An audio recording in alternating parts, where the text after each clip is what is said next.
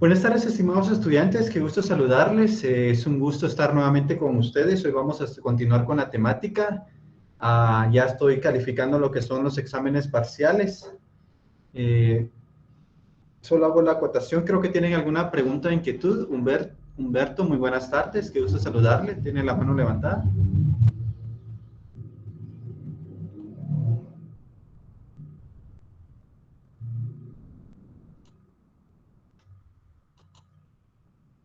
No sé si se me escucha, mis estimados estudiantes. Sí, se le escucha, licenciado. Sí, sí se escucha.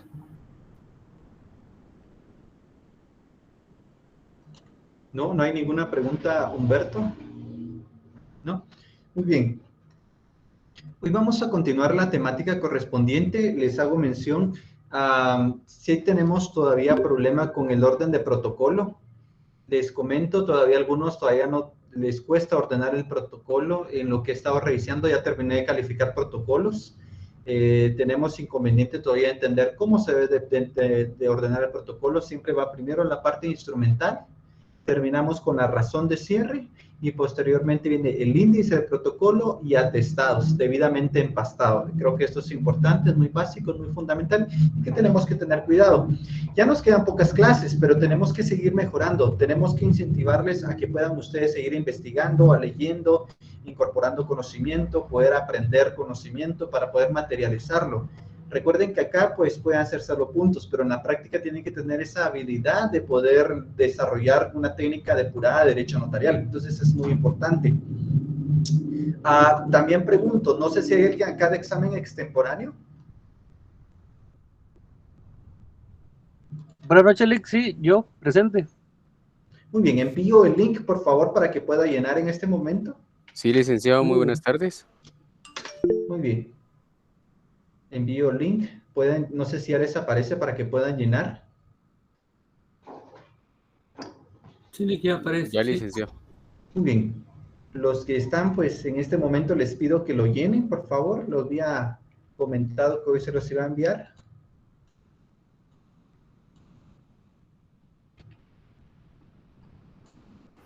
Buenas tardes, licenciado. Perdone, fíjese que acabo de entrar y no sé qué dijo antes. Solo escuché del link que iba a enviar.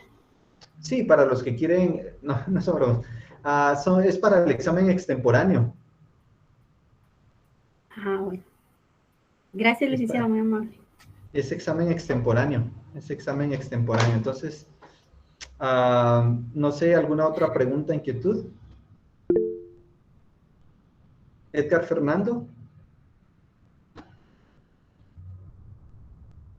Sí, tengo una consulta con respecto al tema de las capturaciones matrimoniales. No sé si lo puedo hacer en este momento o más adelante, usted me indica. Claro, en este momento solo aprovecho ahorita que me hizo mención, mi estimado Edgar, en el tema del protocolo, la recomendación siempre es letra legible, mi estimado. Sí, es que la hicimos un poquito rápido. Bastante rápido, las últimas páginas, si puede tenerlo a la mano ahorita, pues sí está bastante rápido. Entonces la recomendación sí es importante hacerlo. Y luego con todo el respeto debido para que podamos ir mejorando ese aspecto, mi estimado. Ok, gracias, muy amable. Pues mi pregunta básicamente es, en el caso en que los contrayentes no otorgan capitulaciones matrimoniales, mi pregunta es si eso afecta a algunos de los contrayentes cuando tienen algún tipo de deuda. Probablemente sí, porque solo se le va a cobrar al que adquirió la deuda. Claro, tendrán que acreditar primero el régimen para poder cobrarle al otro. Eso sería una cuestión. También afecta en el sentido de que en algún momento de alguna cuestión procesal, al no estar inscrita en el registro de la propiedad sobre los bienes, tendría que irse a un juicio ordinario para poder acreditar que existe este régimen y en consecuencia hacer las anotaciones correspondientes. Entonces sí afecta, o sea, sí es, lo mejor sería que se hicieran las capitulaciones, pero no, en lo general pues, no se hace. Sí, pues en este caso, si no hicieron capitulaciones y ya tienen unos 10 años de casada las personas, pueden hacer capitulaciones ahí. No, ya no. Ya no, ¿verdad? Ya no. Debió hacer previamente al otorgar matrimonio o durante el acto de matrimonio. Lo que ellos sí pudieran hacer, liquidar el régimen que adoptaron y adoptar uno nuevo, liquidar el régimen, pero no es lo mismo el régimen a capitulaciones. Cierto, ajá. Entonces, si cambian de régimen, por ejemplo, tenían comunidad gananciales y si quieren pasar a comunidad absoluta, ahí al momento sí se puede hacer esas capitulaciones. No, repito, lo que tendrían que hacer es liquidar el régimen y adoptar uno nuevo, pero capitulaciones ya no podrían darse. Es que las capitulaciones son los pactos en los cuales los contrayentes otorgan para regular sus bienes y atiende ciertos aspectos, activo y pasivo de cada uno de los cónyuges en determinado momento, y establece también si hay bienes bajo la administración de alguno de ellos, y también lo referente a qué régimen económico adoptan o con alguna modalidad. Básicamente es un inventario. Esto se hace mención.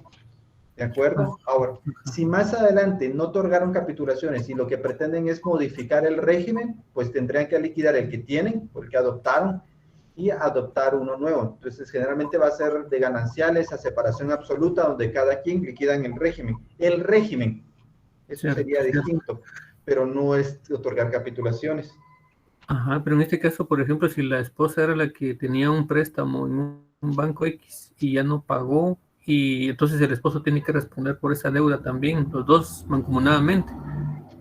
Sí, no era la responsable antes de casarse y ella no le dijo nada al esposo, ¿verdad? Entonces, ¿y qué régimen adoptaron? De comunidad de gananciales. No, porque gananciales es a partir de cuando se casan. Okay. Pues entonces ahí cada quien tiene que pagar sus propias deudas, ¿verdad? Antes sí. Sí, no se estipula, la diferencia de otorgar un régimen es que, como yo lo que decía, yo me acojo al régimen de pequeño contribuyente, tiene sus propias reglas. Cierto. Y es igual acá, si yo escojo el régimen de gananciales, tiene ya sus propias reglas. Ahora, si otorgo capitulaciones, que en las capitulaciones sí puedo hacer modificaciones, entonces sí es distinto. Yo podría estipular que esa deuda, por ejemplo, me corresponde a ambos o le corresponde a solo uno. Sí, esa es la diferencia de capitulaciones y régimen económico. El régimen ya está establecido. Si yo establezco el régimen o me adhiero a un régimen, ya está establecido, tiene sus reglas en ley. Esa sería la diferencia. Es que yo pensaba que también funcionaban como en el régimen, ¿va? Por ejemplo, si una pareja no adopta ningún régimen económico, y entonces la ley por default le asigna un régimen, ¿verdad? Ajá. Pero pensaba que en este caso de las capitulaciones matrimoniales, si no adoptaron capitulaciones matrimoniales, pensaba que la ley también por default le ponía un régimen, pero en este caso, como usted dice, si no hicieron capitulaciones matrimoniales cuando se casaron, ya no pueden hacer, ¿verdad? No, ya precluyó el momento, entonces eso sería distinto. Lo que sí pueden es lo del régimen económico, liquidar el régimen, podrían modificar el régimen económico dependiendo, o hacer una liquidación parcial del régimen en cuanto a alguno de los bienes, pero es distinto. Sí, pues, o sea que aquí para adoptar unas capitulaciones matrimoniales tendrían que divorciarse y volver a casarse y ahí establecer un nuevo... sería muy complejo. Es así, básicamente ya precluyó su momento en el cual lo deberán de hacer. Okay. Gracias, Lick, muy amable. Claro, siempre hay forma de probarlo, pero tendríamos que ir judicialmente si no es voluntario. O sea, si la persona no me quiere pasar lo que me corresponde, aunque tenga el régimen económico, tendría que ir a demandarlo judicialmente y establecer qué régimen y acreditar que el bien fue adquirido bajo esa condición y hacer la relación, tanto bien como régimen. Y como consecuencia resultaría la anotación, cosa que no podríamos evitar si tuviéramos capitulaciones, porque eso ya queda establecido. Es cierto, Lick, tienes razón. Muchas gracias, muy amable. A la orden. Vamos con Patricia. ¿Me escucho, Patricia? Buenas tardes, licenciado, nuevamente.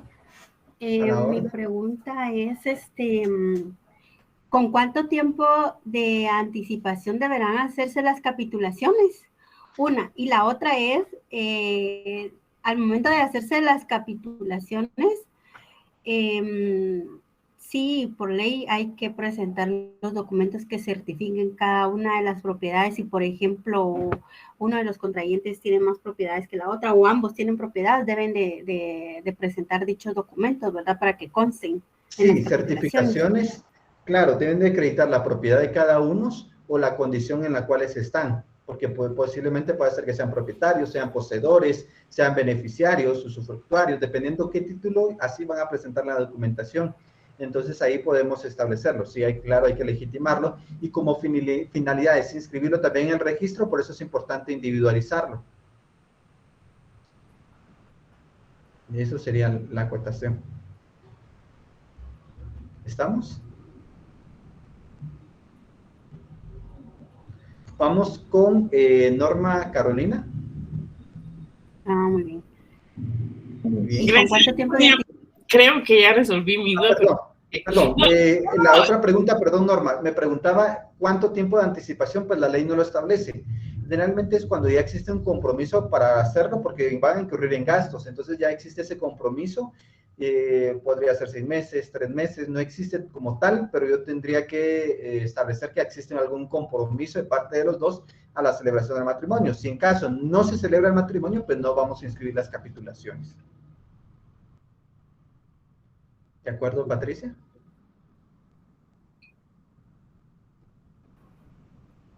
Se fue Patricia. Ahora sí le puedo preguntar, ¿verdad? Por favor, Norma, terminación 0, si no estoy mal. Sí, terminación 0. Muy bien, si es que yo estaba calificando parciales de esta terminación. Ay, pues. A ver cómo me fue entonces. Muy bien, pero no lo hago con el ánimo de hacerlo sentir mal o preocuparlo, no. Solo ahorita se me vino el examen a la mente, pero hago la acotación, mi estimada Norma. Por favor, su pregunta. Es que, solo para quedar bien claro, es bien diferente la comunidad absoluta que aporta bienes al matrimonio, ¿verdad? Ambos aportan sus bienes, ¿verdad? De los que tuvieron antes de casarse, ¿verdad? Y durante el matrimonio, que es diferente a cuando se hace, por ejemplo, que usted explicaba de la persona que fallece y va a heredar, porque en la herencia ya vienen derechos, acciones y obligaciones, ¿verdad? Aquí solo es aporte de bienes, ¿verdad? En estos regímenes.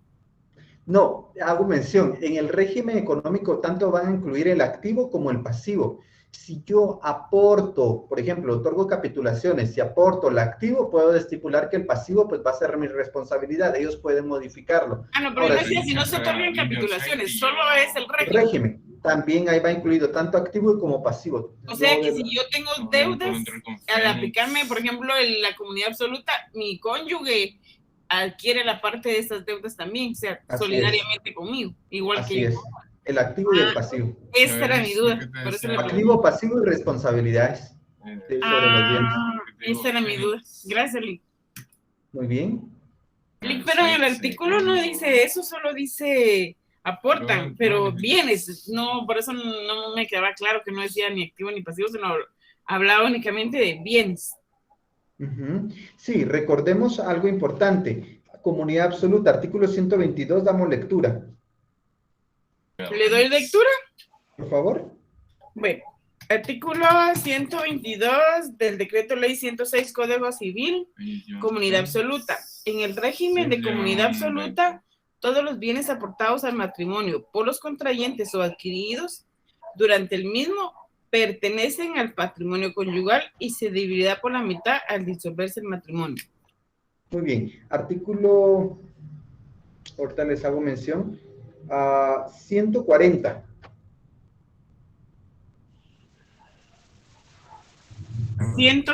Liquidación del patrimonio conyugal. Concluida la comunidad de bienes, se procederá inmediatamente a su liquidación. Si el régimen económico fuera el de comunidad parcial, los bienes que queden después de pagar las cargas y obligaciones de la comunidad y de reintegrar los bienes propios de cada cónyuge son gananciales que le corresponden por la mitad. a marido y mujer Reyes, o a sus si quieres, respectivos trata de limpiar herederos. Muy bien. Entonces acá, aunque no es una forma expresa lo que lo están haciendo directamente para el régimen, pero sí nos da a entender algo importante, que cuando existen bienes en común, al momento de ser liquidados, primero hay que deducir entonces, ¿qué? El pasivo. Por ejemplo, acá estipula, los bienes que queden después de pagar, ¿qué? Las cargas, porque lo estamos aportando al matrimonio. Entonces, al momento de aportar al matrimonio, ese patrimonio conyugal es de ambos.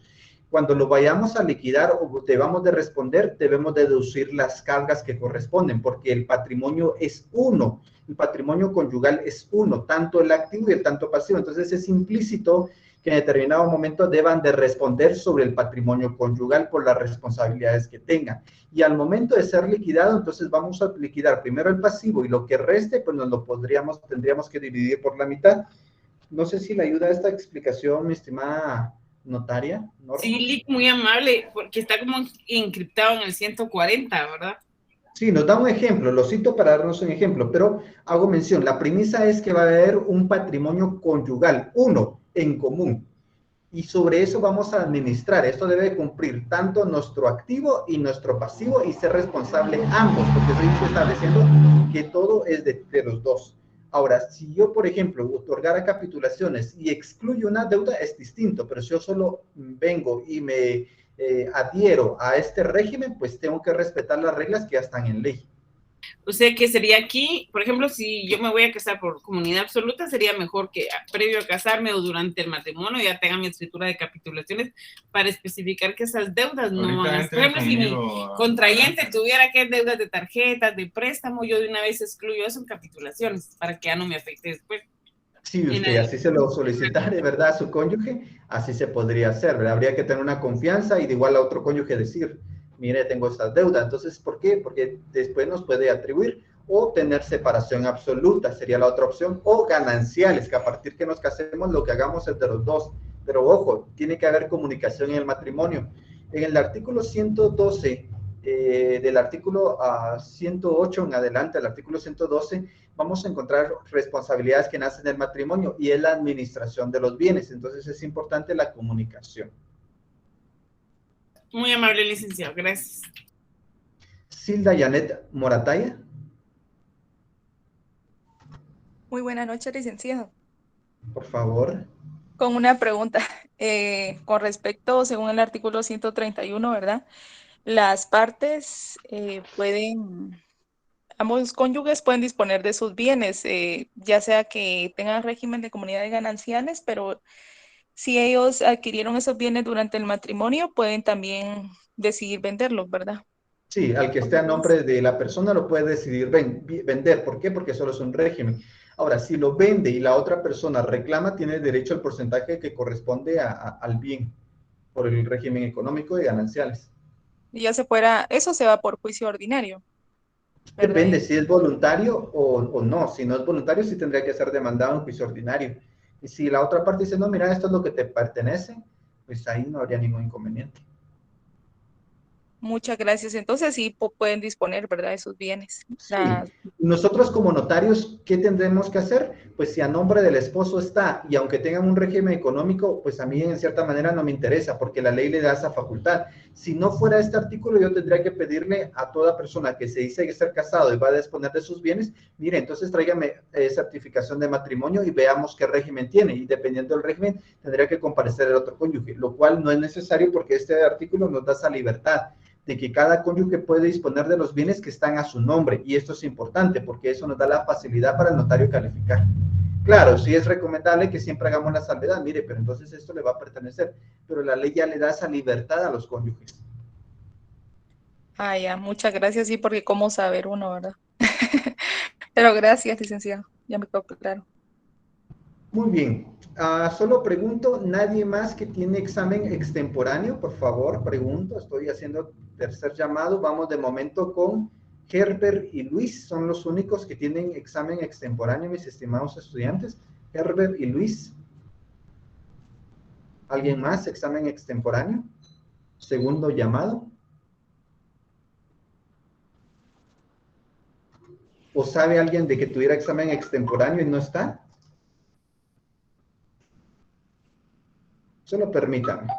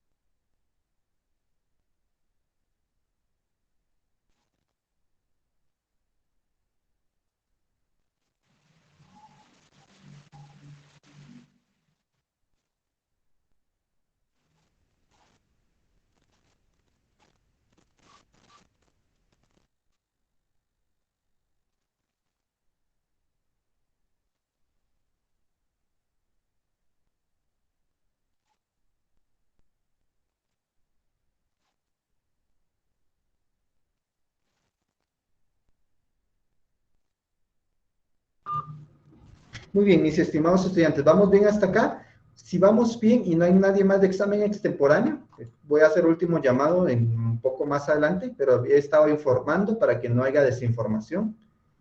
Hoy también quisiera empezar a trabajar o repasar ciertos elementos importantes. Por favor, mis estimados estudiantes, el examen parcial que les he pues, estado haciendo mención, voy a empezar a decir las correcciones mediante Dios. Espero que podamos realizarlas ya a partir del día miércoles. Estoy verificando que lo podamos hacer y pues voy a dar algunas indicaciones al respecto para que los estudiantes lo podamos hacer. Estoy pendiente voy a dar información en el transcurso de la clase, pero sí necesito, mis estimados estudiantes, que mejoremos. Ya empecé a calificar y hay cuestiones todavía muy fundamentales que estamos teniendo problemas. Entonces, por favor, no quiero hacer mención porque todavía hay 2 estudiantes que no se han examinado, pero sí necesito que vayamos corrigiendo, por favor. Entonces, si no hay nadie más preguntas, estoy informando, voy a hacer un último llamado. Muy bien. Bueno, continuemos el día de hoy. Quisiera terminar estipulando ciertas cláusulas de lo que son las donaciones, referente a lo que son la cláusula o donación condicional y la remuneratoria. Entonces, por favor, voy a ponerlo acá, solo permítanme. Acá está. Y vamos a dar lectura para ir haciendo mención. El tema de capitulaciones es un tema, fíjense que todavía hay muchas cosas que no están tan articuladas en nuestro ordenamiento jurídico a mi análisis, a mi perspectiva, pero que tenemos que ir mejorando. Una de estas es que ya se incluyó algunas situaciones en la guía de calificación registral porque no existía, entonces causaba muchas situaciones.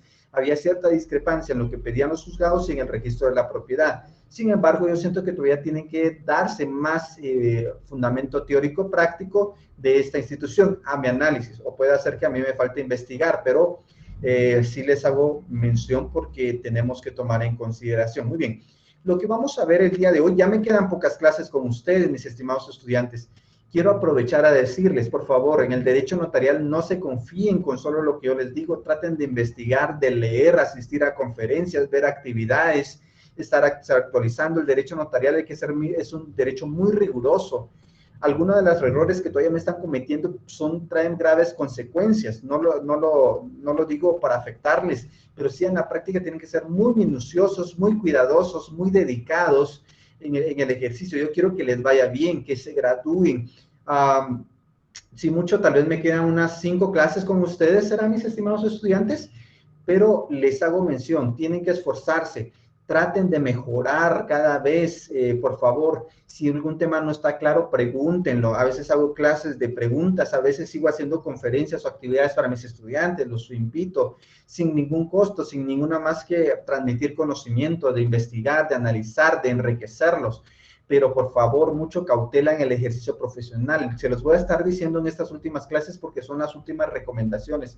Yo quiero que les vaya bien, que ejerzan bien el derecho notarial, que lo interpreten y lo analicen de forma correcta. Nunca piensen que lo saben, que lo llegan a saber todo. No, cuando uno ya piensa que es lo que lo sabe todo, pues ahí se limita. Yo me considero como un eterno estudiante, en el sentido que siempre está esa curiosidad en mí de investigar, de analizar, de leer, de digerir nuevo conocimiento, de contrastar lo que creo que pienso, por qué lo pienso así.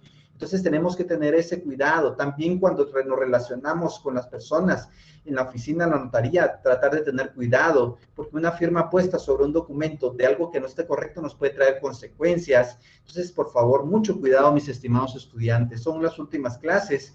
Yo quiero que ustedes se vean esa conciencia de lo que es la responsabilidad del derecho notarial. Quiero que les vaya bien, que ganen sus privados, que se gradúen, ejerzan la profesión, pero que la ejerzan en una forma digna, en una forma que puedan ustedes desarrollarla de la mejor manera.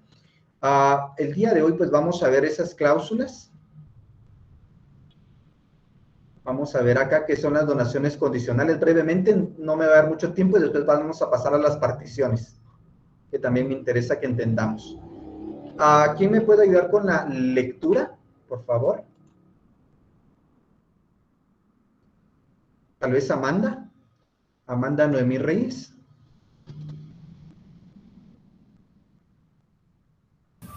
creo que va manejando Lick, pero si quiere puedo leer yo. Por favor. ¿Me invento el nombre o lo dejo? Sí, claro, lo inventa. Ok.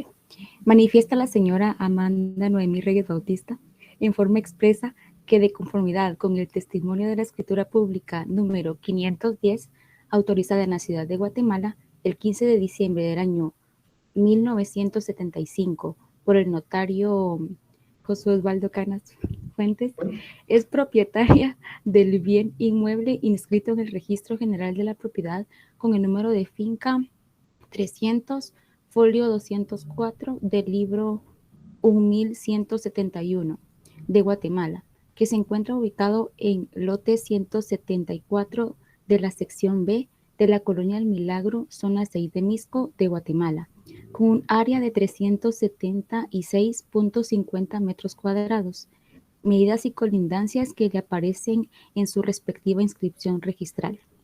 Segunda, manifiesta la parte donante que por el presente instrumento hace a título parcialmente oneroso dona el inmueble identificado en la cláusula anterior a favor de sus hijos Juan de Dios Reyes Bautista y Ricardo Reyes Bautista. La donación se establece que es por partes iguales. Estima dicha donación que ahí qué cantidad puede ser, o sea, 10,000, usted, pongámoslo sencillo para no calcular el difícil el impuesto, 1,000 quetzales. 1,000 quetzales, la cual no le perjudica ya que cuenta con bienes suficientes que le permiten cumplir con sus propias obligaciones. Tercera, la parte donante hace constar de manera expresa que sobre el inmueble objeto de este contrato existe una hipoteca a favor del señor José Francisco Reyes por la cantidad de, ahí sí puede ser bastante alta.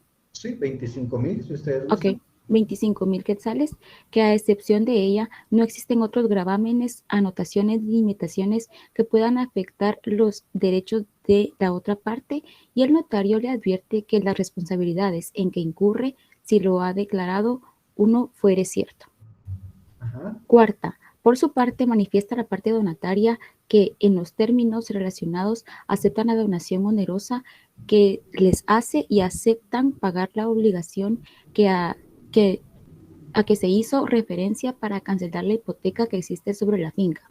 Muy bien, pausa. Este es un buen ejemplo en el cual, aunque yo esté donando el bien, tengo que pagar cierta cantidad. ¿Por qué? Porque existe una hipoteca y la tengo que cancelar. Entonces la voy a transferir la propiedad, pero ellos quedan bajo la condición de pagarle económicamente. Entonces hago mención, ¿será que aunque me estén donando todo va a ser gratis? No. Entonces acá es una donación onerosa. Puede hacer que el inmueble esté estimado de repente en 100,000 quetzales, hicimos referencia, pero puede hacer que sean 100,000 quetzales y de esa parte se debe una hipoteca o ya hay un monto que se resta y pues se transfiere esa obligación.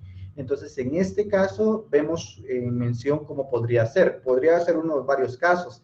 También yo podría decir, mire, yo le dono este inmueble, pero realmente lo justiprecio o yo siento que vale 200,000.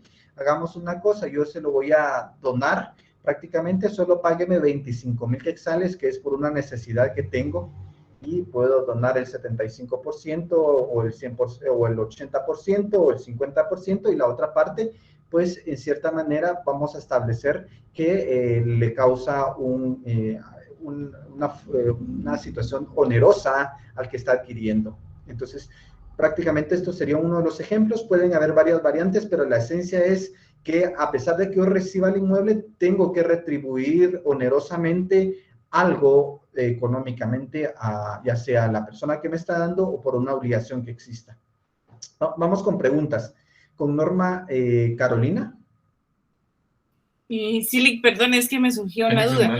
Por ejemplo, aquí habla la escritura de que hay una hipoteca, pero es a un particular, entonces ella está en la libre disposición de poderlo donar. Pero si cambiara el panorama y la hipoteca fuera a favor de un banco, ahí antes de donar tendría que pedir el permiso del banco. Y o que comparecer el representante legal a darle la autorización. Puede ser que tengan ya la autorización previamente o que comparezcan en la escritura en el instrumento. Eso le voy a preguntar, ¿se puede comparecer en la escritura al representante legal del banco? Así, a dar su consentimiento. Ok, muy amable, gracias. Wendy Marisela. Sí, dos preguntas. Primero, con respecto a los impuestos, ¿se hace sobre la estimación o sobre lo que el inmueble vale? Muy bien. Acá hay que hacer mención a algo muy interesante. ¿Por qué? Porque en determinado momento nosotros tenemos que saber el valor que se estima que pagaría IVA, y a la otra pregunta sería, como no es venta, entonces vamos a encajar lo que establece el artículo 2, numeral 1 de la Ley del Impuesto al Valor Agregado, sobre el impuesto, sobre la forma que estamos transfiriendo. Como es una donación onerosa, pues sí tendría que pagar IVA por el total, tanto de lo que corresponde a la estimación que estoy donando, más lo que me está causando en forma onerosa. Tendríamos que sumar y los dos pagarían IVA. Acá no podemos decir que es una subsiguiente compraventa, porque no es la naturaleza compraventa. Acá es una donación, y las donaciones pues van a satisfacer IVA, y cualquier otra transferencia, incluido el artículo 2, numeral 1 de la Ley del Impuesto al Valor Agregado, considero que pagaría IVA sobre el total. En este caso, dice usted, porque es parcialmente onerosa. Se aplicaría, ok. Y otra pregunta es, por ejemplo, aquí lo oneroso es que ellos van a pagar la hipoteca. Ok, y entonces, ¿cómo se redactaría si fuese otro tipo de ser oneroso? Por ejemplo, ¿pueden cobrar una parte o cómo se establece eso? Sí, dependiendo, como le hacía mención, de repente le dicen, mire, el inmueble vale 100,000 quetzales, pero yo tengo una necesidad de una operación, entonces yo les voy a donar el 75% del valor del inmueble y solo les pido onerosamente que me paguen 25,000 para una operación. Entonces ahí podríamos hacer sobre el total, pero hago mención que me están donando la totalidad del inmueble, no. Entonces va a ser parcialmente onerosa, puede hacer que la persona lo necesite para una cuestión, una operación, para una situación de emergencia o alguna cuestión, pero también podría establecerse de esa forma. O sea, el precio de la estimación se omitiría. No, la estimación siempre tiene que estar, la donación siempre se debe estimar. Entonces se establece en la cláusula tercera, sería donde se establece el porcentaje de lo que las personas a las que se le está donando tendría que pagar. Sí, como les hago mención, acá por ejemplo, acá se estipula que se estima, acá está, estimada dicha donación. Lo que estoy donando lo tengo que estimar. Ojo, acá lo estimo, lo que estoy donando, ¿de acuerdo? Ahora, sobre lo que en determinado momento establezco que va a ser oneroso, o también podría estipular que la parte donataria se compromete a pagar la operación, podría ser otra variante, también en redacción, y eso también me generaría que fuera oneroso.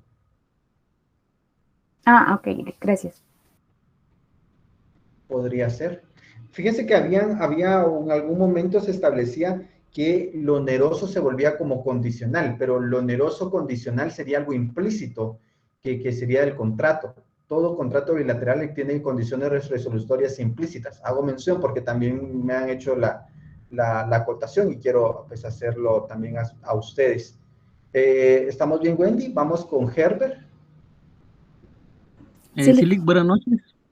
En un hecho hipotético, la persona recibe un bien inmueble, ¿ya es la dueña o ya es legalmente le pertenece el bien inmueble? ¿Puede ser ella una donación de la donación que recibió? Sí, sí, claro, puede donarla. Si no es condicional de estipular una prohibición, pues sí, pensaría yo que sí. Ahora, si hay es condicional la donación a que no puedan ajenarse en un plazo o en ciertas circunstancias, pues habría que ver, pero si no hay ninguna limitante por condición, considero que sí. Muy bien, gracias, Lic. William Ovidio. Buenas noches, licenciado. Buenas noches. En la estimación del valor del inmueble, no importaría si la estimación es menor al valor que aparece registrado en la matrícula fiscal. No, porque aquí podríamos hacer una relación. ¿Cuánto es lo que que dono el 75% o dono una parte y la otra no? Sería, si entre más claros seamos, mejor. Por ejemplo, puedo decir que yo estoy donando un 10% y sobre eso estimarlo. Si yo digo estoy donando el 75%, tal vez no el 10%, pero una cantidad alta, quedó en el 75%, lo cual estimo en 100,000 quetzales, 10,000 quetzales, depende para el ejemplo. Y en cuanto al 25%, pues en forma onerosa o remuneratoria, pues se compromete a pagar mis gastos médicos por una operación, se compromete a pagar una hipoteca, o lo recibo yo en forma de efectivo, podría ser. Entonces, hacemos la relación del total al final para poder hacer la sumatoria de pago de impuestos. Entonces sí se tomaría en cuenta el valor el estimado y lo que me tendrían que pagar al final de manera efectiva, digamos. De acuerdo. Gracias, licenciado. Y esto me tendría que cuadrar por lo menos con lo que está en matrícula fiscal, para que de igual forma, si fuera menor, por ejemplo, que yo lo donara y lo estimo en menos y al final va a recibir menos, de igual forma la base imponible que voy a utilizar va a ser el mayor valor que conste de matrícula fiscal, el escritural o el de el registro de la propiedad. Entonces eso ya es indistinto, ¿no? Aunque yo lo ponga acá menor, tengo que pagar sobre el mayor valor. Entendido, licenciado, gracias. Muy bien. Seguimos avanzando. No sé quién más me puede ayudar con la lectura. La siguiente es una donación, vamos a ver acá, parcialmente onerosa. Esta es una donación remuneratoria. ¿Cómo redactar una donación remuneratoria? ¿Quién más me puede ayudar con la lectura?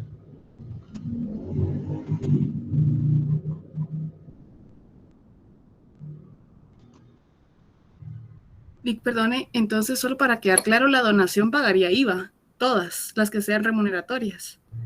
Sí, lo que sucede es que la ley estipula, veamos lo importante acá, artículo 3 de la ley del impuesto al valor agregado, y tenemos la numeral 9, donación entre vivos de bienes muebles e inmuebles, pero no estipula acá que sean a título gratuito, remuneratorias, onerosas, pagan IVA, cualquier clasificación que tengamos, aunado que en el artículo 2, numeral 1, se establece cualquier tipo de enajenación o a forma onerosa de dominio total o parcial de bienes muebles o inmuebles.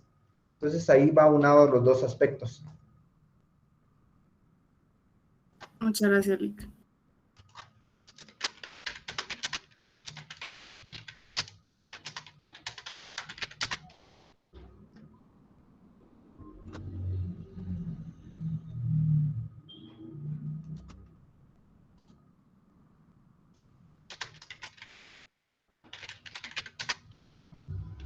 ¿Alguna otra pregunta? Leamos entonces, ¿quién me ayuda con la lectura? Yo, Lic. Buenas noches. Buenas noches. Cláusulas en donación ¿Cómo remuneratoria. vamos, Elba? ¿Ya las últimas clases? ¿Qué manda? ¿Cómo vamos ya para las últimas clases, le digo? Más o ¿Ya menos, listos? Lic. Bueno, listos. Yo le hago mención que tienen que hacer su mejor esfuerzo. Sé que la virtualidad en alguna manera les ha facilitado algo de no trasladarse a algún lugar, pero en general a todos, mis estimados estudiantes, le queda una gran brecha porque ya les vienen los privados y estos van a ser presenciales, tienen un gran desafío. Entonces, la virtualidad es buena en ciertos aspectos, pero no dejemos lo presencial a un lado. En cierta manera van a tener un esfuerzo. Me refiero a usted, Elba, pero en referencia a todos. Aprovecho. Yo dije, ay, ¿qué hice? Dije yo. No, es en referencia a todos. Sí, gracias, Lic. Mire, Lic, solo un paréntesis. Usted ha tocado mucho ahorita el tema de lo de los privados, pero usted sí está dando clases de privados.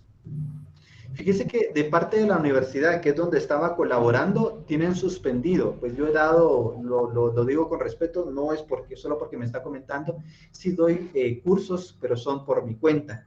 Pero en referente a la universidad, de referente a la universidad, de momento se encuentra suspendido.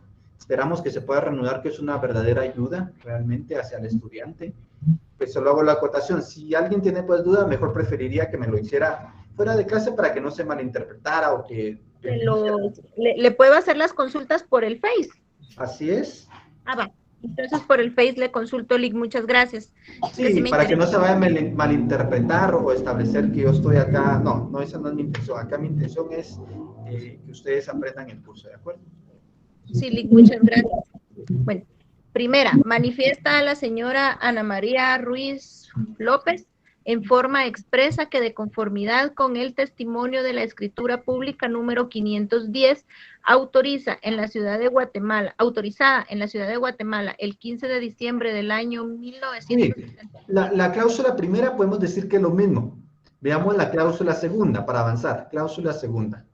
Segunda, manifiesta la parte donante que por el presente instrumento a título remuneratorio dona el inmueble identificado en la cláusula anterior a favor de Juan Francisco López Rodas. La donación se hace en forma remuneratoria a favor del señor, otra vez el mismo nombre ahí. Sí, así es. Juan Francisco López Rodas, quien fue su seguridad personal y ahora que se retira, le compensa los buenos servicios prestados. Estima dicha donación en 150,000 quetzales, la cual no le perjudica ya que cuenta con bienes suficientes que le permitan cumplir con sus propias obligaciones. Tercera. La tercera cláusula básicamente es el sanamiento y la aceptación. Ustedes la manejan bien, pero hago mención, acá la esencia es ser una recompensa por alguna relación subyacente. Va a tener siempre este tipo de donación, tiene una relación causal. ¿De dónde nace? Que fue mi trabajador, que pues me prestó algún servicio, pero va a haber una relación subyacente. ¿De acuerdo? No sé si hay alguna inquietud. ¿Por qué es remuneratoria, Lic? Remuneratoria. Ajá. La remuneración es como una recompensa, o sea, remunera el buen servicio. Yo les contaba la experiencia cuando mi papá trabajaba y les decía que en algún momento él le regalaron un picopito. No era el último modelo y era bastante antiguo, era de esos Hyundai Pony. Ya hace recientemente, pero era muy antiguo, ¿verdad? Pero le dieron eso en recompensa por su buen trabajo. Pregunto, la diferencia entre la donación pura y simple es que hay una liberalidad de la parte que dona, es porque me nace dar, yo le quiero dar, no hay ninguna relación subyacente, no hay alguna condición, solo es en forma libre. La otra donación que es remuneratoria, vemos que acá es una recompensa y la donación onerosa es parcialmente onerosa, una parte puede ser pura y simple y la otra va a ser onerosa, tengo que pagar, tengo que dar económicamente por ese porcentaje o por esa parte. Esas serían las diferencias. Perdón, Lic, pero básicamente es lo mismo, ¿no? Entre la donación pura y simple y la remuneratoria. No, porque hay reglas distintas. De hecho, por ejemplo, la forma de, en cierta manera, revocar la donación por ingratitud, esta solo cabe en la forma pura y simple. En ciertas cuestiones como las onerosas no aplica. En las remuneratorias también tiene sus propias reglas de lo que corresponde. Si ustedes hacen mención, vamos al artículo, ahorita les hago mención.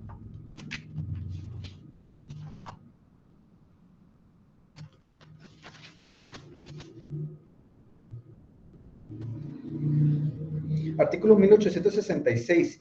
La donación gratuita y la donación onerosa en la parte que constituye la donación efectiva pueden ser revocados por causa de ingratitud del donatario. Aquí tenemos una de las situaciones que tenemos que tomar consideración. Ahora, veamos si la donación fuera onerosa, veamos, y el donatario no cumple la prestación a que se hubiera obligado, lo que les decía, pagar la operación, pagar la hipoteca, pagar los gastos médicos.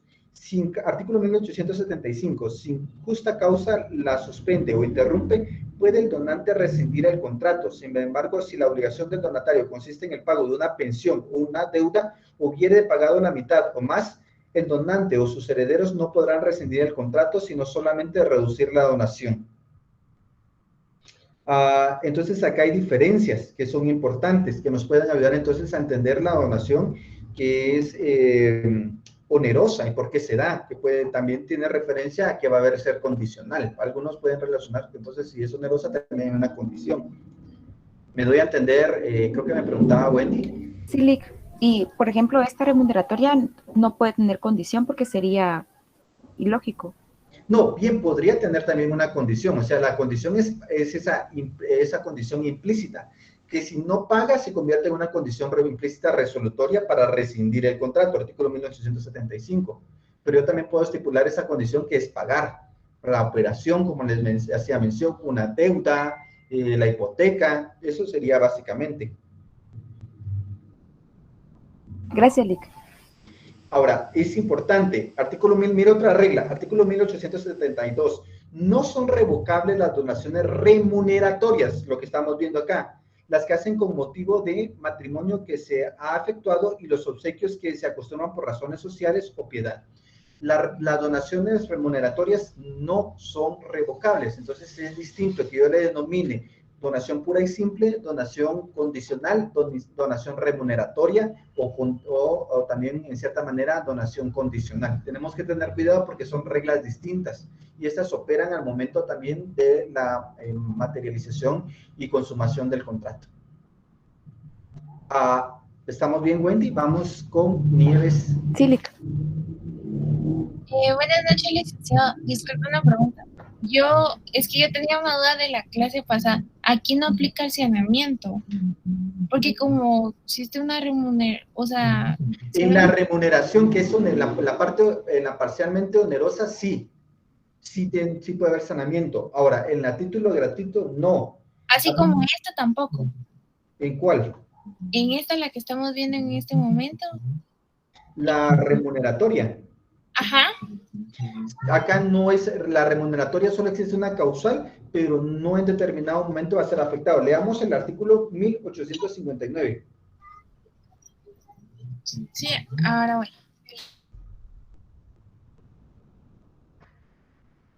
Y acá está la respuesta. Y el fundamento legal.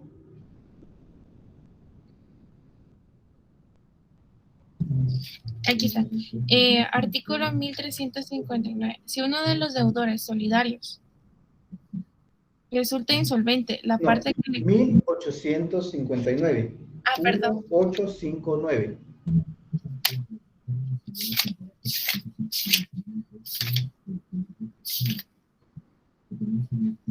Aquí la tengo. El donatario se aseguraba en todos los derechos y acciones que en caso de visión corresponde al donante. En este cambio, no queda obligado al saneamiento de las cosas donadas, salvo si la donación fuera onerosa o remuneratoria. ¿Salvo que la donación fuera qué? Onerosa o remuneratoria. Si es onerosa y si es remuneratoria, en la parte que corresponda, sí debe haber ¿qué? Saneamiento. ¿De acuerdo? ¿Por qué lo incluí acá? Porque acá sí debe de estar. En la pura y simple no es necesario, pero si lo pone queda obligado. En esta sí debe sanearse. Muy bien. Muchas gracias. También está aunado en la guía de calificación registral en el catálogo de saneamiento. Entonces también está aunado a este aspecto. Gracias. Muy bien. ¿Vamos bien hasta acá? Salimos de las donaciones. No sé si hay alguna pregunta con las donaciones. Con los ejemplos dados. Muy bien.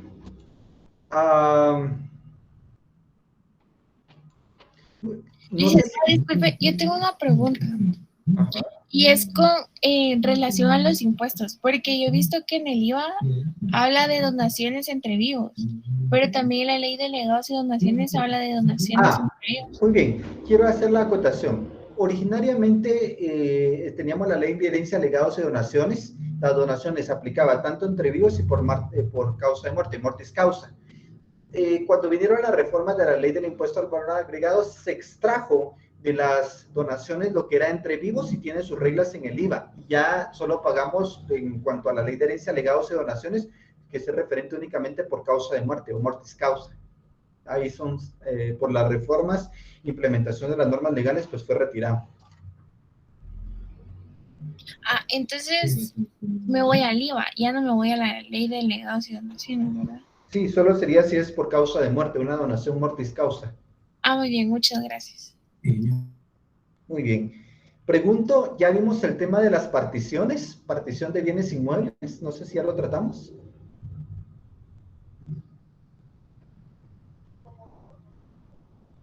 Pregunto, ¿no hemos visto particiones, creación de nuevas fincas? No, Lic, solo en el protocolo. Gracias. Muy bien, entonces vamos a trabajar el tema de las particiones.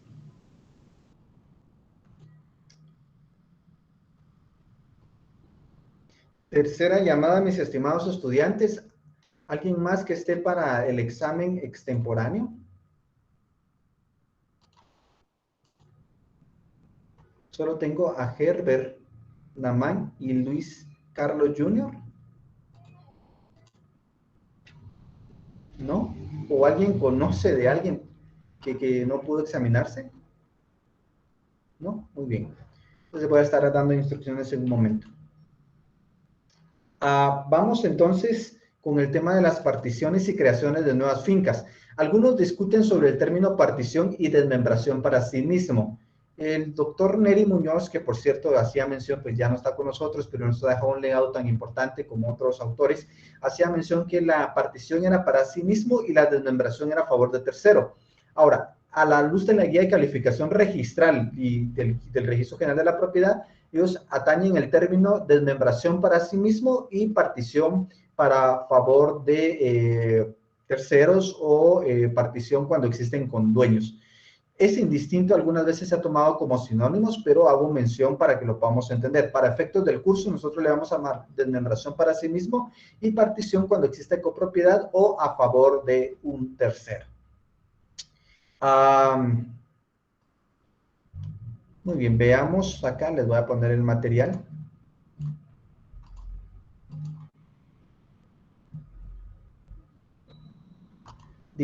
Fíjense que tiene varios sinónimos, no se asusten, algunos le llaman división de la cosa común, partición del bien inmueble, finalización de la copropiedad, finalización del proindiviso, tiene varios nombres y no hay que asustarse. Yo les puedo decir, mire, redacta una escritura de división de la cosa común, de partición de bien inmueble, de partición de la copropiedad, finalización de la copropiedad, me refiero al mismo término. Las formas de la propiedad, cuando nosotros analizamos la forma de la propiedad en el Código Civil, vamos a encontrar que tenemos la propiedad como tal, tenemos la propiedad horizontal, la medianería, que es otra forma de la propiedad, que básicamente pues, es también una forma de copropiedad, pero tenemos, repito, la propiedad como tal, la copropiedad, dentro de la copropiedad tenemos la propiedad horizontal y la medianería, que son copropiedades forzosas, para que lo podamos entender. El término de copropiedad se encuentra en el Código Civil dentro del libro segundo y vamos a hacer referencia a este tema. Tenemos el artículo, ahorita les hago mención. Artículo 485, damos lectura por favor. Artículo 485, Código Civil.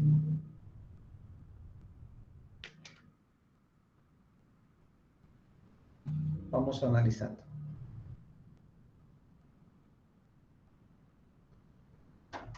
Artículo 485. Hay copropiedad cuando un bien o un derecho pertenece pro indiviso a varias personas. A falta de contrato o disposición especial, se regirán la copropiedad con las disposiciones del presente capítulo. Muy bien. La copropiedad puede darse de dos formas, básicamente, en forma voluntaria y en forma forzosa. La forma voluntaria se puede constituir por compraventa, por permuta, donación entre vivos, testamento, en donde la donación que adoptamos o que la enajenación que damos se establece en copropiedad, pero es en forma voluntaria. Y también tenemos la forzosa, la donación que por disposición legal debe de ser como su existencia como tal.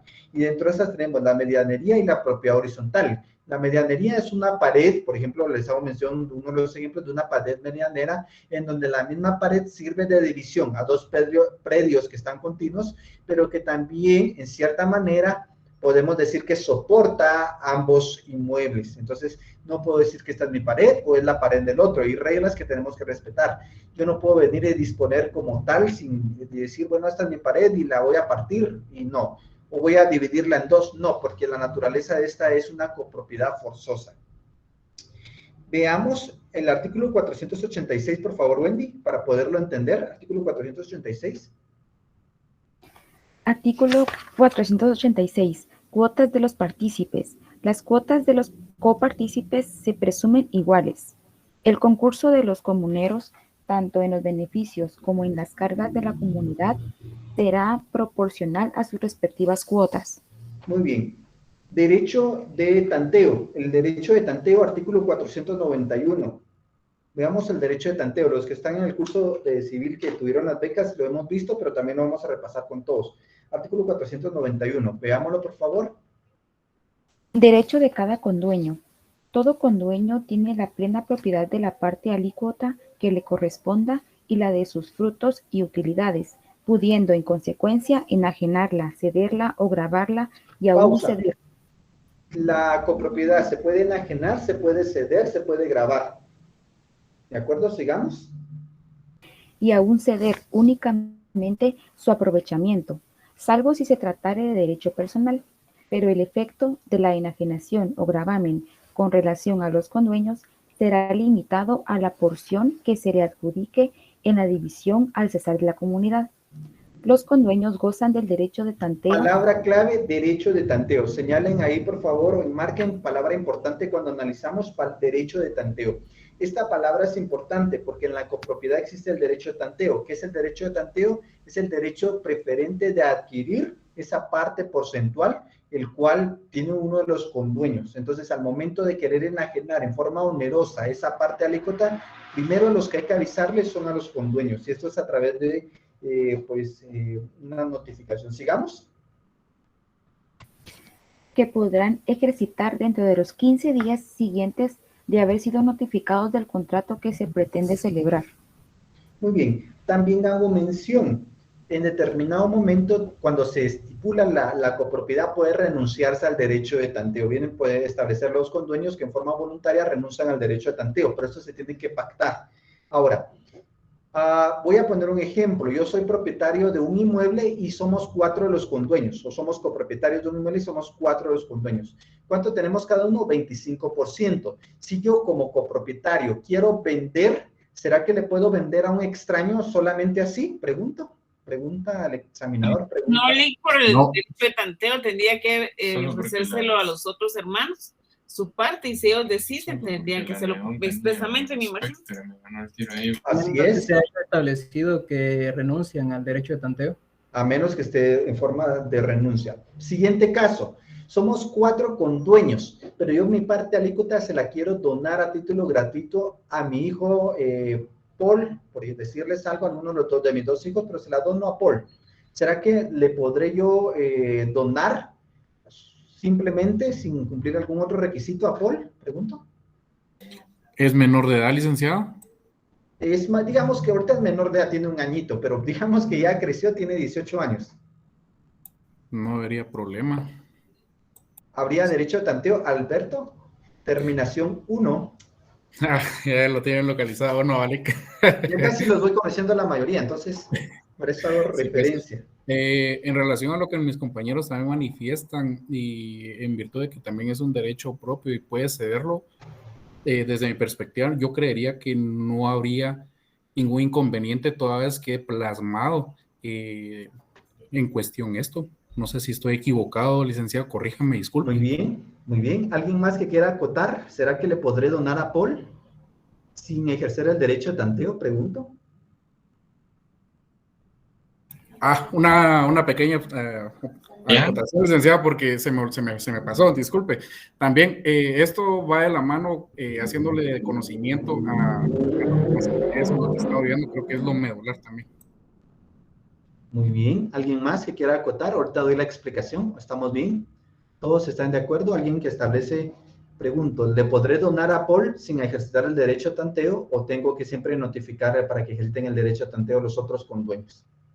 Yo pienso que no hay necesidad de notificarles, Lick, porque aquí dice, pero el efecto de la enajenación o gravamen con relación a los condueños está limitado. La enajenación o gravamen, más no la cesión del derecho. Muy bien, quiero explicar la naturaleza de este artículo y lo que se ha dado en la aplicación práctica. Cuando yo pretendo enajenar a título oneroso cualquiera de las formas que estipula acá, puede ser una compraventa, puede ser una cesión onerosa, todo a título oneroso, lo que pretende es que si yo voy a enajenar en forma onerosa mi derecho o mi parte alícuota, van a tener preferencia del derecho de tanteo, los que son parte de los comuneros. Ahora, Si yo quiero donar a título gratuito, no va a haber un acrecimiento patrimonial, no voy a hacerme yo un acrecimiento de mi capital. Entonces, en este sentido, cuando yo done, no hay necesidad de ejercitar el derecho de tanteo. Simplemente es mi liberalidad donar, y acá no es necesario consultar a los demás condueños que den su autorización. ¿Por qué? Porque ellos, de igual forma, no me pueden decir, dónemelo a mí, o yo le voy a pagar para que me done a mí. Perdería su naturaleza. Recuerden que la donación pura y simple no existe un acrecimiento patrimonial en el sentido de obtener de parte del donante. Sí, el donatario porque adquiere la parte alícuota, pero el donante no está teniendo una retribución económica. Vamos con preguntas. Giovanni Alejandro, muy buenas noches. Buenas noches, licenciado. En el caso de que fuera una donación parcialmente onerosa, tampoco... No se podría lo que es lo parcialmente onerosa, sí tendría derecho de tanteo. Lo gratuito no tendría derecho de tanteo, pero sí lo parcialmente onerosa. ¿Por qué? Porque el derecho de tanteo es el derecho a ofertar, es decir, mire, yo tengo interés, si usted lo va a dar, yo mejor le pago para que pueda acrecentar dentro de los condueños, los comuneros, y no extraños. En cambio, en la donación pura y simple, ¿qué me pueden dar si yo no estoy pidiendo nada a cambio? Simplemente la liberalidad del donante. Fíjense que tuve un caso en Izabal que fue bastante emblemático, y ahorita que hemos estado visitando algunos departamentos, por cierto, mañana voy a estar hoy tengo que dormir bien, mañana me voy para Jalapa. Estábamos conversando en una experiencia que en determinado momento hay fincas que crecen, se donan, por ejemplo, a 100 personas, en el interior se donan a 100 personas para que puedan instalarse en esa finca y poder tener su habitación. Pero, ¿qué pasaría? Por ejemplo, si yo quiero vender esa parte alícuota, tendría que notificar a todos los 99 comuneros. Entonces, lo que hacen algunas personas, mejor hacerlo por el título de donación.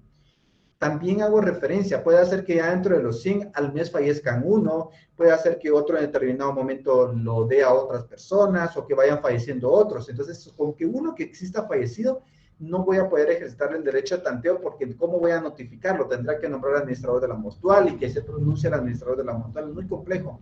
Lo que van optando es haciendo el título de donación entre vivos a título gratuito. Hago referencia. Entonces pueden anotar al margen. En las donaciones,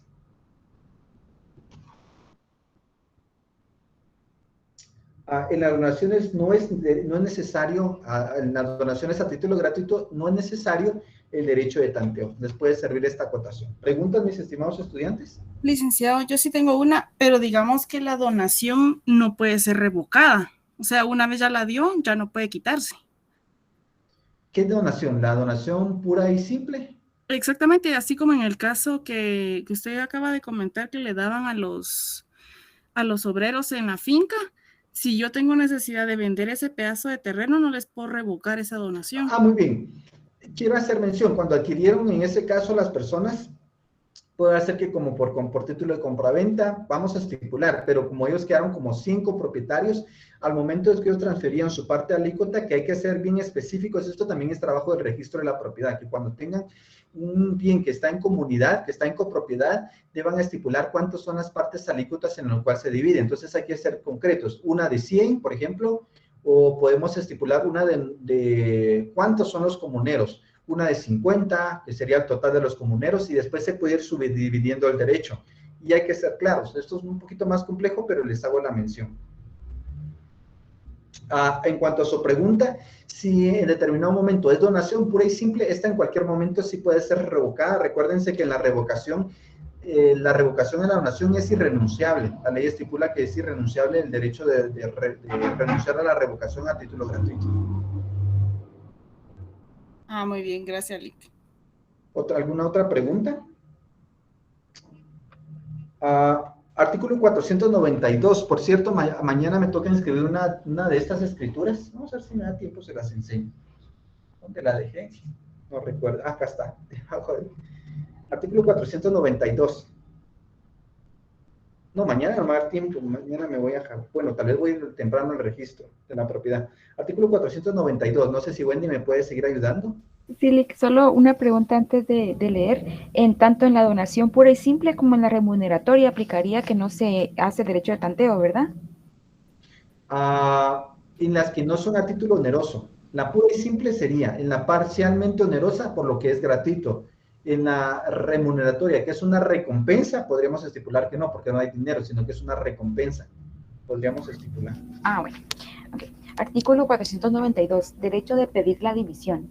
Ningún copropietario estará obligado a permanecer en la comunidad. Cada uno de ellos podrá pedir en cualquier tiempo que se divida la cosa en común, salvo los casos en que la indivisión esté establecida por la ley. Pregunta de privados. ¿Cuál es la indivisión establecida en la ley? O sea, ¿en qué caso la división está establecida en la ley?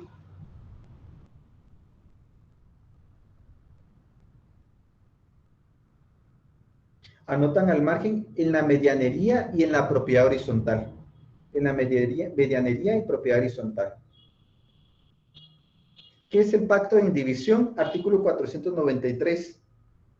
El pacto de indivisión es que se someten las partes a no dividir el bien por cierto tiempo, solo hago mención. Pero también tenemos la forma de finalizar la copropiedad. ¿Cómo podemos finalizar la copropiedad? Artículo 503, leámoslo por favor. Artículo 503. Cesa la copropiedad. La copropiedad cesa por la división de la cosa común, por su pérdida, destrucción o enajenación, y por la consolidación o reunión de todas las cuotas en un solo copropietario. Muy bien, entonces ahora también hago mención importante. Vamos a dirigirnos acá al material. División, acá estamos.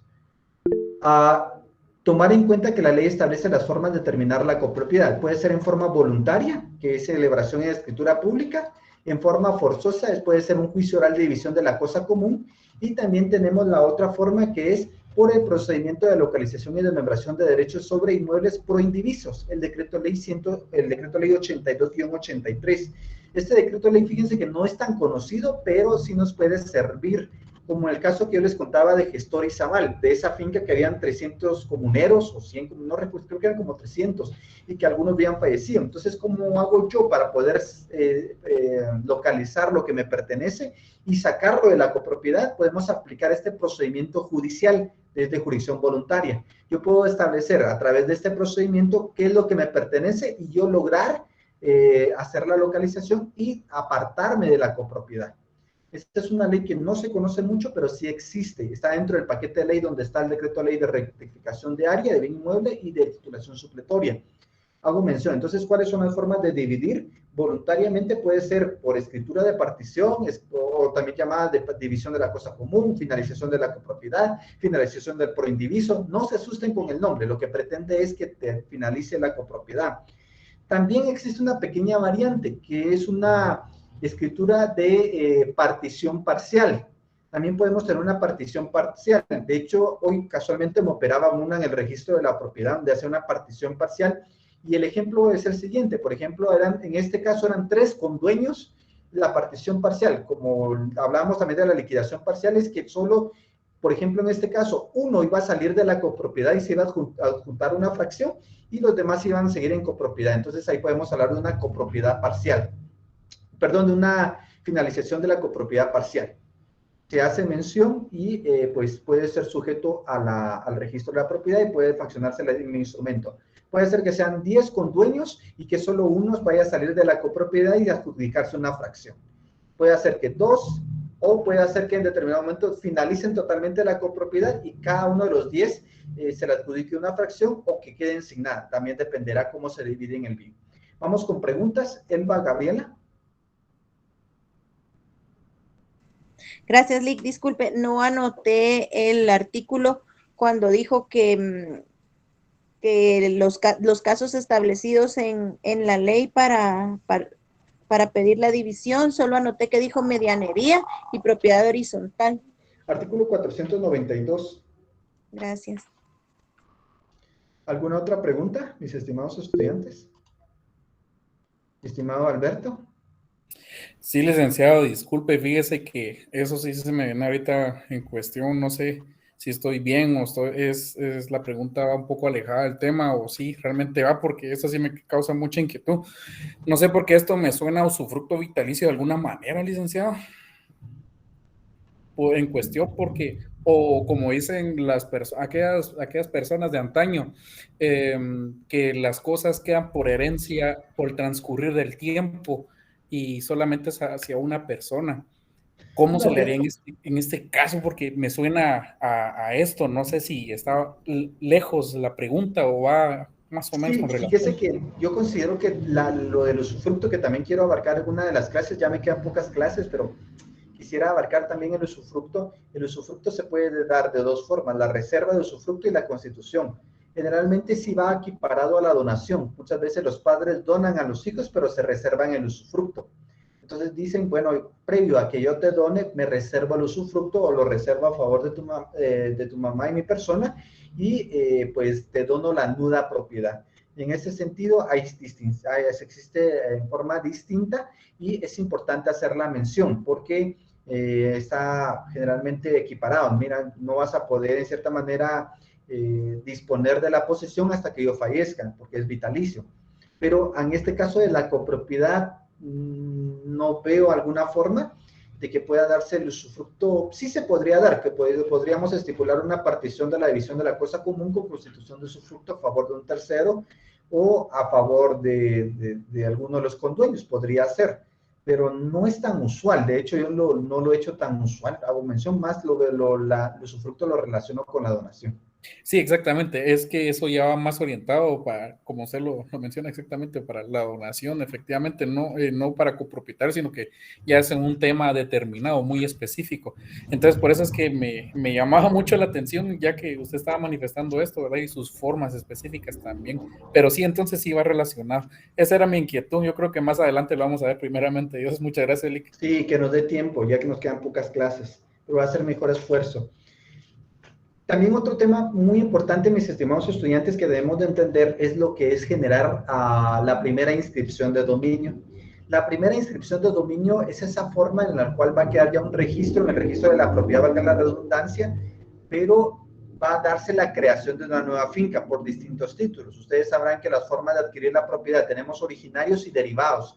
Originarios tenemos la usucapión, la posesión y básicamente a nosotros nos interesa la usucapión, la accesión, usucapión y se me va acá una de las formas originales, solo permítanme. ¿La reivindicación, Lick?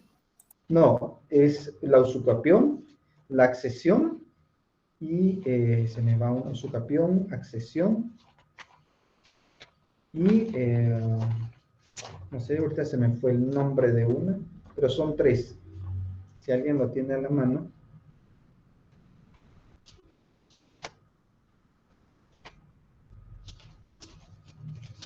Vamos a ver.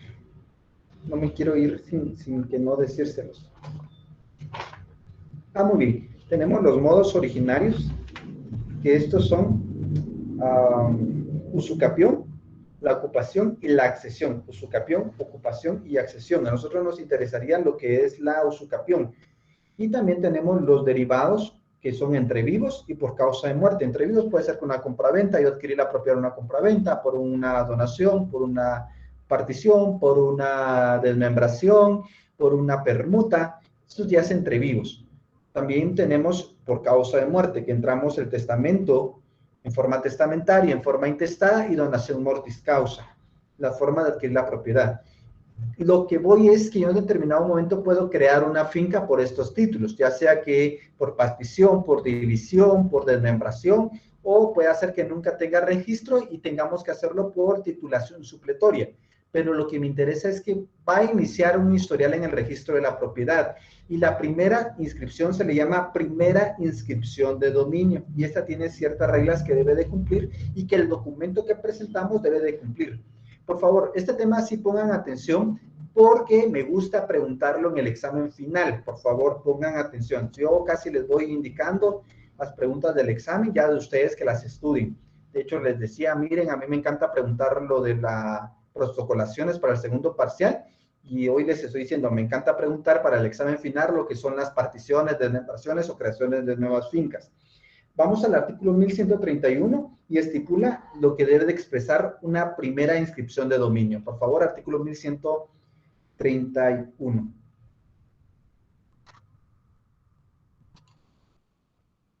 Buenas tardes, Lic. Buenas tardes. Artículo 1131. Toda inscripción expresará, número 1, si la finca es rústica o urbana, su ubicación indicando el municipio y departamento en que... Pauta. Primero debemos de indicar que si la finca es rústica o urbana.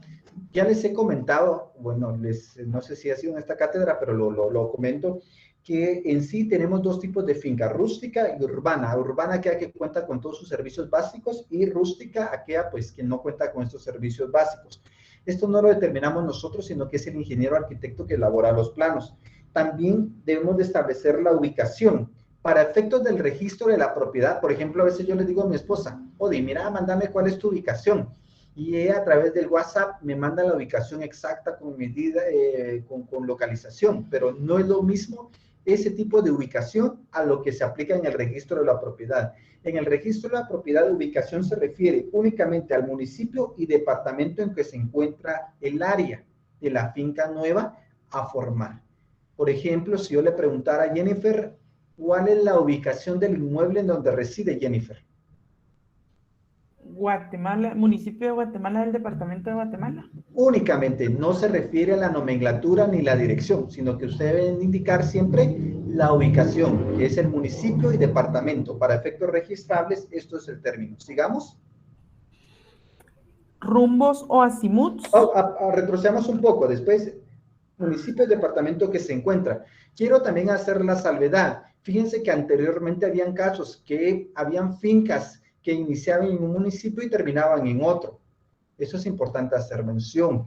También algunos que han ido modificando o creando nuevos municipios. Entonces tenemos que ser claros. No importa que la finca matriz esté, por ejemplo, en Misco, pero puede hacer que la nueva finca ya no esté en Misco, sino que esté en Guatemala, por lo grande que es la finca. Entonces siempre se debe indicar tanto la finca matriz y la nueva finca que se está formando, dónde está su ubicación. Después viene lo que es el término área. ¿Qué es el área? El área, pues vamos a entender que es la cantidad de metros cuadrados, o habían antes varias medidas, actualmente ya se utilizan metros cuadrados. El área, entonces, lo entendemos que es la cantidad de metros cuadrados que contiene la finca. Debemos de entender el área que tiene, son 20 metros cuadrados, 50 metros cuadrados, 200 metros cuadrados. Esto debemos de entender como el área que lo conforma. Pues, generalmente el plano que nos lo dan va a ser. Ahora, también existe la otra forma, es multiplicando extremos, que esto es bastante empírico, no es tan exacto en polígonos irregulares, pero sí podemos decir, mire, si el terreno tiene 20 por 10, entonces podemos decir que tiene 20 de al norte y 20 al sur, al oriente 10 y al occidente tiene 10, entonces solo multiplicamos 20 por 10. ¿Cuánto es 20 por 10? 200. Entonces el inmueble tendría un área de 200 metros cuadrados. Importante hacer mención, si tiene 20 metros cuadrados, 20 por 10 serían 200 metros cuadrados. Ahora, hay polígonos que son irregulares que ya sí necesitamos ayudas de ciertos programas para poder saber cuánto tiene, pero el área es el metraje en el cual vamos a establecer que tiene metros cuadrados. Rumbos. Rumbos o azimut. Fíjense que el término rumbo en la práctica registral no se le ha dado una buena aplicación, porque muchas veces establecemos rumbo norte, rumbo sur. No, para medidas lineales el término rumbo es distinto. Es una forma de localizar al inmueble. Si alguien acá se dedica a esta área, pues me podrá ampliar. Yo lo que he aprendido es empírico y eso lo quiero compartir. Pero sí se ha aceptado en la práctica registral establecer rumbo norte, aunque no es lo mejor. Debiéramos decir dirección al norte. Pero muchas veces decimos rumbo norte, porque si yo busco en internet qué son los rumbos en medición es otra cosa, pero en la práctica, repito, actual de registral se le ha entendido como la rumbo como sinónimo de dirección. Y viene el otro término, azimut. Los azimut sí son ciertas medidas que se basan, yo se los digo empíricamente, que se basan en el plano cartesiano para establecer a través de grados, minutos y segundos la localización del polígono. Entonces, siempre van a haber tres términos, grados, minutos y segundos que van a ubicar el inmueble. Voy a poner un ejemplo, vamos a ver si lo tengo acá. ¿Hoy tienen clase a segunda hora? Sí, Lic, sí tenemos. Sí, Lic. Sí tenemos. Muy bien, vamos a ver acá. Me dicen cuando inicien, por favor, así.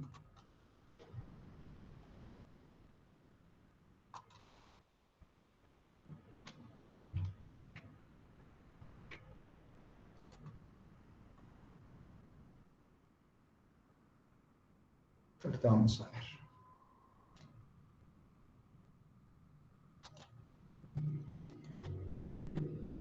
Para el examen final les voy a poner un plano y ustedes van a tener que aprender a aplicar, a transcribir como notarios que un plano cualquiera. Entonces acá es importante que ustedes aprendan a leer también los planos. Eso es lo que les quiero enseñar. Vamos a insertar una imagen acá. Y se los va a explicar. Descarga, solo estoy insertando la imagen. Muy bien. Acá ya creé el archivo de la imagen.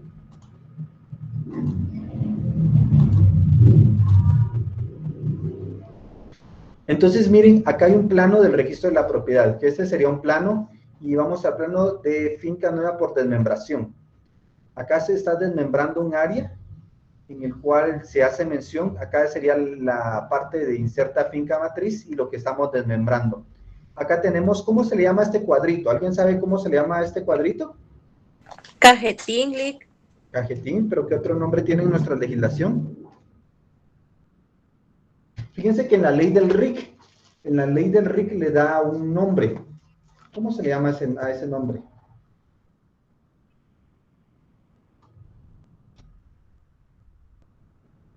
Se le llama derrotero. En la ley del RIC se encuentra como derrotero. Si alguien tuviera la ley del RIC, por favor, en definiciones. Si alguien tiene la ley del RIC, en el apartado de definiciones encontramos el término derrotero. ¿Alguien la tendrá? Aquí lo tengo, licenciado. Muy bien. Otro recordatorio, mi estimado Alberto. Ya publiqué notas de retrasada. Por favor, verifiquen que todos estén incluidos. Yo me basé en los listados que me proporcionaron y el plazo se me vencía el día domingo, creo yo, si no estoy mal, pero lo publiqué el día ¿qué día? Salí de viaje, creo que el día viernes, pero ya está. Por favor, si alguien no lo ha verificado, por favor, leámoslo, por favor. En las definiciones, mi estimado Alberto, ¿lo tiene? Sí, licenciado. Aquí tenemos en la literal H, dice derrotero. Es la descripción alfanumérica de las distancias de los linderos de los predios y los ángulos de orientación de los mismos. Muy bien, ángulos de orientación. Vamos a ver acá, importante. Por ejemplo, en este caso siempre la forma en que se estudia o se interpreta uno de estos planos, vamos a tener acá, esto significa de la estación al punto de observación. Básicamente el trabajo que se realiza es que la persona se para acá. No sé si se mira el mouse, pregunto. Sí se mira, Lic. Muy bien, la persona, cuando empezamos a analizar o a poder extraer los datos, establecemos de la estación 0 al punto de observación 1. Siempre vamos a empezar a transcribir de este orden. No lo podemos en forma desordenada, tiene que empezar siempre de la estación 0. Entonces decimos, de la estación 0 al punto de observación 1, como que yo me paro y digo con este aparato y empiezo de la estación 0, donde estoy parado, al punto de observación, va a tener una cantidad de grados, minutos y segundos. Generalmente se van a identificar con estos símbolos, lo voy a poner en pantalla.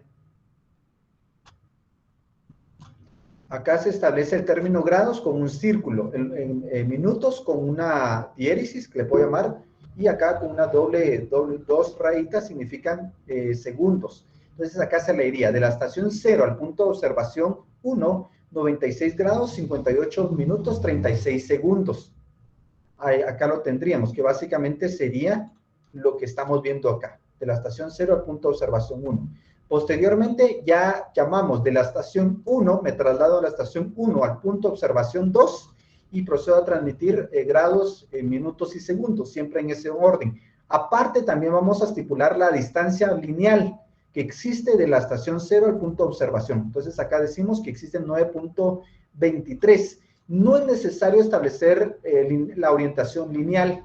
Por ejemplo, acá podríamos también agregar de la estación 0 al punto de observación 1, 96 grados, 58 segundos, 36 segundos, con una distancia lineal de 9.23 metros y colinda, por este caso, no sé si hay colindantes, no hay colindantes, colinda con predio, podemos establecer, o finca matriz, dirección al norte. Esto tendríamos que transcribirlo. Repito, la dirección no es necesario, solo con que transcriba estos datos. Vamos el polígono a cerrarlo. Siempre nos paramos de la estación 1 al punto de observación 2, después nos vamos de la estación 2 al punto de observación 3, de la estación 3 al punto de observación 4, de la estación 4 al punto de observación 5, de la estación 5 al punto de observación 0, hasta cerrar el polígono. Y tenemos estos datos. El área nos lo da acá, el derrotero. Esto es importante, ¿de acuerdo? Acá lo extraemos. ¿Preguntas, mis estimados estudiantes, hasta acá? ¿Nieves? Licenciado, buenas noches. En este caso se hizo con Azimuth porque era irregular, ¿verdad? Así Pero es. mi pregunta es, ¿cuál es mejor para nosotros? ¿Hacerlo con Azimuth o hacerlo con norte, con colinda con la Medidas lineales. La otra forma es a través de medidas lineales. Solo establecer al norte 20 metros, al sur 20 metros. Pues va, la guía de calificación registrada establece si el predio irregular es cuadrado, puede ser medidas lineales, pero podemos hacerlo. Actualmente acá sí solo trabajamos con Azimuth, pero sí para el examen va a venir con Azimuth. Yo una vez se los comento para que no los agarre desprevenidos. Licenciado, una pregunta. ¿Me podrían regresar una escritura pública por escribir mal los Azimuth? Es que yo la verdad no entiendo. Sí, fíjense que yo tuve un caso hace poquito, creo que se los comenté en el semestre pasado, porque fíjense que estaba bien transcrito, pero una letra la omití en el Azimuth. Por ejemplo, era 25, yo me omití de tantos que eran, no le puse la N, se leía 25 sin la N. Por ese motivo me suspendieron y tuve que hacer una escritura de ampliación y comparecer otra vez los otorgantes. O sea, sí se puede confundir uno en esto, en tantos números, hay que tener mucho cuidado. Entonces hay que trabajar en esto. Repito, cuando ustedes tienen uno de estos planos, a la hora de transcribirlo, vamos a estapular de la estación 0 al punto de observación 1, con Azimuth de 96 grados, 58 minutos, 36 segundos, con una distancia lineal de 9.23 metros, y colinda, por ejemplo, podríamos estipular con finca matriz. Lo que es la orientación o el rumbo, no lo podemos omitir, no se los voy a pedir porque no es necesario, pero es básicamente. Partimos de ahí y nos vamos al siguiente, de la estación 1 al punto de observación 2. Vamos copiando literalmente, solo que nosotros como notarios somos los que le damos forma. ¿Nieves, me lo debe entender? Sí, licenciado, disculpe. ¿Nos podría dar ejemplos de cómo lo redacta? Porque yo la verdad no sé cómo lo podría redactar. O es que tal vez tantos números me aturde o no sé. Fíjense que trabajar particiones, sí hay que tener cuidado. Acá yo ya lo tengo preparado para ustedes el material. Ahorita se los voy a enseñar. Vamos a ver, estamos en particiones, división de la cosa común. Muy bien. Ay, licenciado, mire, perdone que lo interrumpa, pero el licenciado de la otra clase nos dejó un laboratorio y se tiene que entregar en el horario de clase.